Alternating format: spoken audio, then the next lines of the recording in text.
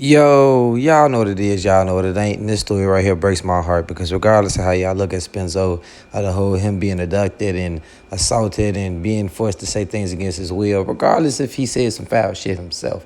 And it's just sad, and I'm saying that to say, regardless of how y'all look at him, to think he was one of those rappers who fell off. Because it seemed like, honestly, if you look back at the drill culture and everybody who blew up from 2012 to 2015 from Chicago, Famous Dex, Spenzo, P. Rico, and the list goes on, the rappers who had a torch, and it seems like it just went out on their ass when you least expected it. Spenzo was one of those rappers, and then he popped up with some unexpected controversy. And I always wondered, like, what happened to him? I reached out trying to get a block-to-block with him.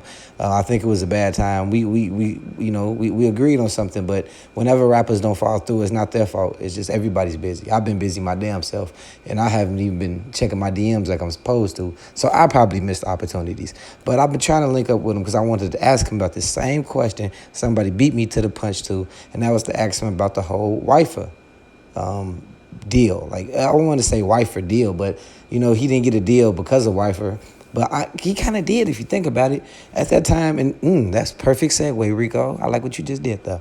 But if you really think about how the drill culture and the drill scene was exploited back in 2012, the industry just preyed upon all these young, just keep it real, some of these fatherless youth that come from these predicaments where they didn't see anything more than, like, some people never even held $1,000 in their hand back in 2012 all at one time. So a lot of money without the understanding that if you get $1,000, you're going to have to pay $20,000 back. And that's just an equation without putting the extra zeros behind it, if you get what I mean. And Spenzo was one of those dudes who signed a deal. He got a $125,000 advance. So y'all go check out the interview. It's on Illinois' channel. So it's right there in the background. Y'all see that?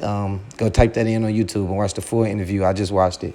He got a $125,000 advance. He didn't get $125,000. He didn't specify, but he kept saying the advance that he got, like, directly in his pocket wasn't a lot. He signed when he was 16. He re-signed when he was 18.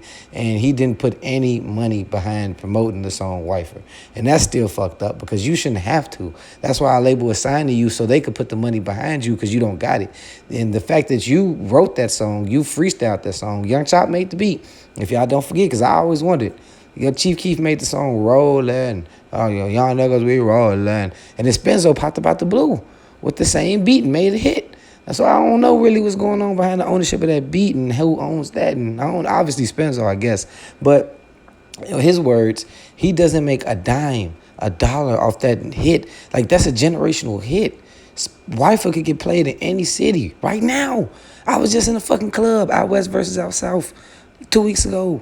They playing Wifer all in that motherfucker. And Spenzo not getting a dollar behind it.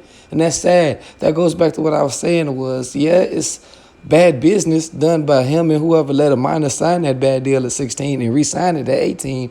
But you got to think of how thirsty people will be. Creative Juice offered me a little sponsorship deal that got fucked up when I got demonetized. But I was finna jump on that, looking at the numbers they were offering me. And it was just like commission here, a little front up, a little loan, not a loan, but a little lump sum of cash here. I'll talk about it one of these days. And it was just for me to not come out my pocket to produce my own videos. And I was about to jump on it.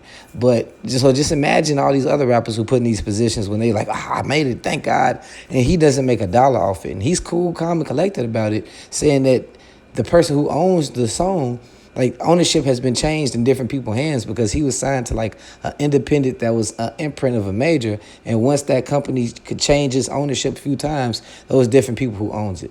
Him and the guy who owns Wifer, they're not talking, but Spenzo plans on taking legal action sooner or later. But he's just totally fine with the 360 he signed. And I understand the way he's explaining it was making it seem like he didn't do enough work on his end. But the fact that you don't get any money off a song that you made. Like, all they did literally was just sign you.